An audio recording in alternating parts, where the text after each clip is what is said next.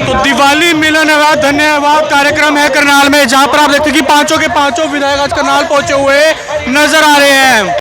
तो तस्वीरों में आप देख सकते हैं हरियाणा के स्पीकर हरविंदर कल्याण आज पहुंचे हैं। तमाम कार्यकर्ताओं के बीच में लोगों का तांता लग चुका है, समर्थकों का तांता लग चुका है, फोटो खिंचवाते हुए नजर आ रहे हैं। आज करनाल में एक कार्यक्रम है, बड़ा कार्यक्रम, जहां पर पांचों के पांचों विधायक आज करनाल में पहुंचेंगे। और देखते हैं कि हरविंदर कल्याण वो आज यहाँ पर पहुंच चुके हैं, गरोंडा से विधायक हैं, वह स्पीकर हैं और किस तरीके से तमाम समर्थकों के बीच में पहुंचे हुए नजर आ रहे हैं। तमाम अपने समर्थकों से, कार्यकर्ताओं से मुलाकात करते हुए नजर आ रहे हैं। ये तस्वीरें आप देख रहे हैं, केंद्रीय मंत्री मनोहर लाल आज करनाल पहुंच चुके हैं। करनाल में एक बड़ा कार्यक्रम है, जहां पर आप देख सकते हैं कि किस तरीके से केंद्रीय मंत्री मनोहर लाल आज करनाल पहुंचे हैं, जहां पर धन्यवाद कार्यक्रम में दिवाली मिलन समारोह है। और जहां पर आप देखते हैं कि तमाम पांचों के पांचों विधायकों के बीच में आज पहुंचे हैं और करनाल की जनता के बीच में पहुंचकर जो है किस तरीके से कार्यक्रम किया जा रहा है।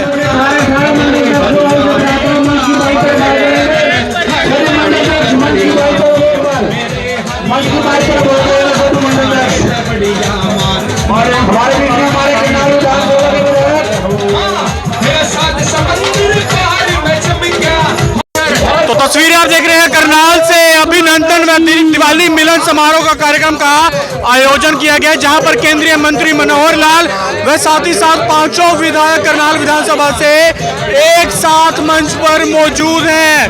भारी संख्या में भीड़ देखी जा सकती है, लोगों का तांता जो है वो यहां पर लग चुका है। केंद्रीय मंत्री मनोहर लाल आज करनाल पहुंचे हैं, जहां पर पांचों विधायकों के साथ, क्योंकि करनाल में बीजेपी ने पांचों के पांचों विधायकों ने जीत हासिल की है, उसी संदर्भ में दीपावली मिलन व अभिनंदन कार्यक्रम का आयोजन किया गया, जहां पर सभी के सभी पांचों विधायक करनाल में मौजूद हैं। तो तस्वीरें आप देख सकते हैं कि काफी संख्या में तमाम कार्यकर्ता समर्थक आज यहाँ पर पहुंचे हुए हैं, क्योंकि एक बड़ा कार्यक्रम करनाल में देखा जा सकता है, जहां पर आप देखते हैं कि हजारों की संख्या में लोग यहाँ पर पहुंचे हुए नजर आ रहे हैं। धोखा देकर उनका स्वागत करेंगे। साथ में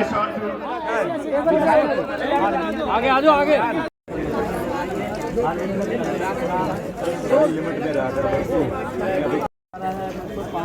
आज आपको एक साथ जो है वो नजर आएंगे दिवाली का त्योहार। भारत माता की, भारत माता की। आज 59वां स्थापना दिवस है, दीपावली का पर्व है। इस अवसर पर आपके माध्यम से मैं पूरे देश की जनता को, विशेष तौर पर हरियाणा की जनता को बहुत बधाई और बहुत बहुत शुभकामना देता हूं। और साथ ये भी जानकारी आप सब लोगों के माध्यम से जनता को पहले से भी है, फिर भी बताना चाहता हूं कि इस 58 साल का जो कार्यकाल हरियाणा का बीता है, इसमें जो पिछले 10 साल के काम की चर्चा आज हरियाणा की जनता के हर जबान पर ये विषय है कि ये 10 साल का कार्यकाल उनको बिल्कुल किसी भी ये बाधा रहित उनका जो जीवन चला है, इससे सब लोग प्रसन्न हैं।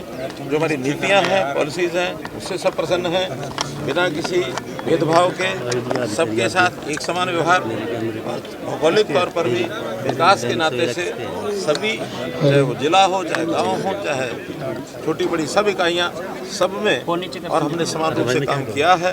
जो काम पहले होते रहे हैं, मैं आपको विश्वासपूर्वक कह सकता हूँ कि अगला भी ये जो कार्यकाल चल रहा है, जो तीसरी बार भारतीय जनता पार्टी की यहाँ की जनता ने सरकार बनाने का काम किया है, इसमें भी न केवल उसी प्रकार बल्कि उससे बढ़िया प्रकार से काम होगा। ऐसा क्योंकि जो काम रुकते हैं, जो चल पड़ते हैं वो तो चल पड़ते हैं, जो रुकते हैं उन रुके हुए कामों को भी अगली जो सरकार आती है वो सब करती है। यहाँ इस लोकसभा से, इस जिले से सभी की सभी सीटें भारतीय जनता पार्टी की झोली में गई हैं। यहाँ की जनता को इसलिए भी मैं धन्यवाद करता हूँ। और मैं हमारे जो यहाँ इस जिले के पांचों विधायक, जिसमें हमारे अध्यक्ष विधानसभा और हमारे मुख्य सचेतक विधानसभा, ये भी 2 उसमें से हैं। ऐसे ही पानीपत जिले के हमारे 4 विधायक, जिनमें से 2 मंत्री हैं। वैसे सब लोग, इनको भी बहुत बहुत मैं बधाई भी देता हूँ और इनकी ओर से भी जनता का बहुत बहुत धन्यवाद। सर कविंदर राणा सुनेंगे समस्याएं सर करनाल में। कविंदर राणा अब समस्याएं सुनेंगे, जो भी समस्या होगी या कोई बात अपनी रखना चाहेंगे। तीसरा भी कॉर्पोरेशन, तीनों एक साथ। पराली जलाने को लेकर सर मामले सरकार कहती है हम ठीक है, लेकिन किसान कहते हैं हम भी। मनोहर जी, आज बंदी छोड़ दिवस भी है, उसके लिए क्या कहना चाहेंगे प्रदेश की जनता के? देखिए, पहली बात तो जो आपने कही बंदी छोड़ दिवस, में इधर से चलता हूँ तो हर ऐसे अवसर पर जब कोई विशेष अवसर होता है प्रदेश और देश के अंदर, सरकार की अपनी योजनाएं होती हैं, चाहे वो 15 अगस्त हो, चाहे वो 1 नवंबर हो, चाहे वो 26 जनवरी हो। ऐसे अवसर पर सरकारी योजनाओं के हिसाब से सभी ऐसे बंदियों के जो अधिकार उनका बनता है, जो नीति बनी हुई है उसको उसका लाभ दिया जाता है। जहाँ तक पराली का विषय है, पराली एक ऐसी कठिनाई समस्या है जिसको कहने के प्रदूषण के खिलाफ जो एक काम है, इसको रोकने के लिए बहुत सी योजनाएं सरकार ने पहले भी बनाई हैं। ये बात अलग है कि उन सब बातों पर कई लोग उसका ध्यान नहीं रखते हैं और उसमें पराली जलाने की उनकी मजबूरी भी हो सकती है, उनको टाइम भी उनके पास कम होता है ताकि उसको इकट्ठा करके दे सकें। तो भी कोई भी कठिनाई हो, हर कठिनाई को ठीक करने के लिए सरकार योजना बनाने के लिए तैयार है। मेरी अपील है कि कोई भी इस पराली को न जलाए, क्योंकि पराली जलाने से नुकसान हर किसी का होता है। ये कोई पॉलिटिकल मुद्दा नहीं है, एक प्रकार से सामाजिक मुद्दा है। पर्यावरण की कोई सीमाएं नहीं होती हैं। जहाँ भी कोई इस प्रकार का दूषित वातावरण, केवल पराली ही नहीं तो ये धुआं जहाँ से भी उठता है, चाहे वाहनों से हो, चाहे कंस्ट्रक्शन के काम से दूर उड़ती हो, चाहे पराली जलाने से हो, अथवा इंडस्ट्रियल इस प्रकार का जो विषय है वेस्ट को जलाने से भी, वैसे किसी प्रकार के प्रदूषण को रोकने के लिए हम सबको इकट्ठे काम करना चाहिए। सर, करनाल से यूने तक एक मिनट यार। तीसरा विषय था मेयर का चुनाव, चूँकि अब लगातार पहले लोकसभा का चुनाव था, विधानसभा का चुनाव हो गया है, अभी बहुत जल्दी इस स्थानीय निकाय के चुनाव जहाँ जहाँ अपेक्षित हैं उसकी योजना सरकार बना रही है। तो मुझे इसमें देरी करने का कोई कारण लगता नहीं है। फिर भी ये काम चूँकि प्रदेश सरकार की ओर ही आता है तो हमारा अर्बन लोकल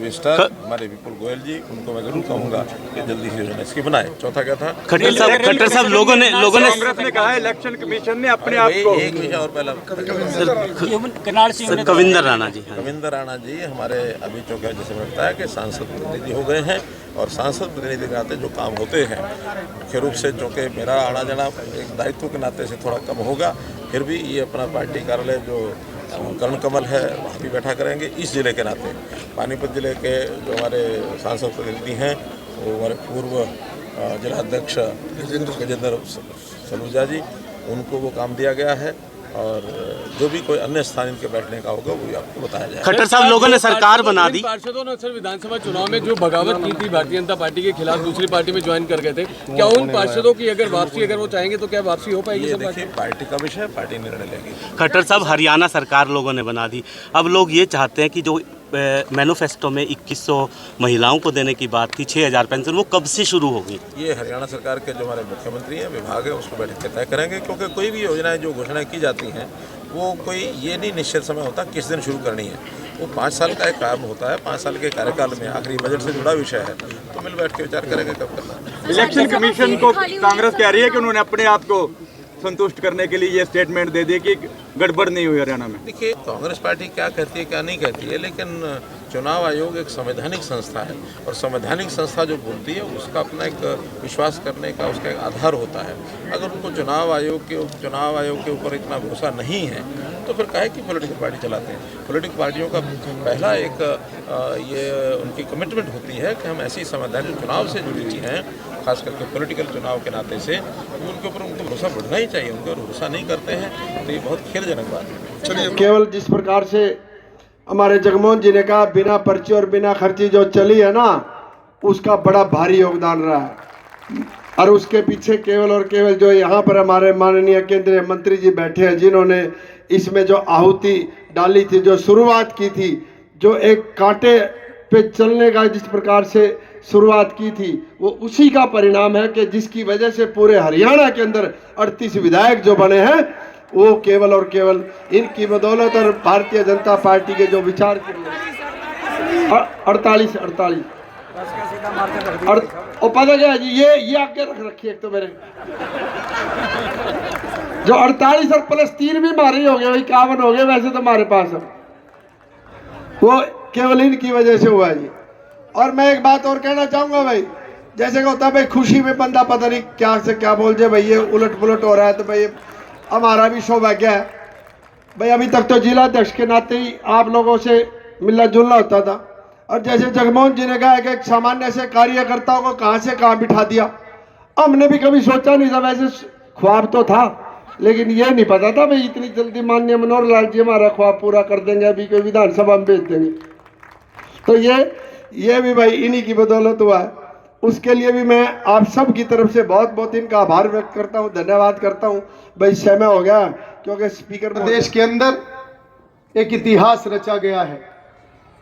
तीसरी बार हरियाणा प्रदेश में भारतीय जनता पार्टी की सरकार नायब सैनी जी के नेतृत्व में, और करनाल का भी ये इतिहास है कि फिर से 2014 की तरह 5 के 5 विधायक सभी भारतीय जनता पार्टी की झोली में ये अगर डले हैं, इसका पूरा का पूरा श्रेय अगर किसी को जाता है तो सभी कार्यकर्ताओं की मेहनत को, और हमारे माननीय सांसद, हमारे पूर्व मुख्यमंत्री मनोहर लाल जी, जिन्होंने एक समान विकास और सुशासन की नींव हरियाणा प्रदेश में रखने का काम किया है। उनकी उपलब्धियों के बारे में बहुत विस्तार से चर्चा हुई, और यह सही है कि आज पूरे हरियाणा प्रदेश के हर कोने में बिना खर्ची, बिना पर्ची ये आवाज, ये वाक्य, ये शब्द हर जगह गूंजते हैं।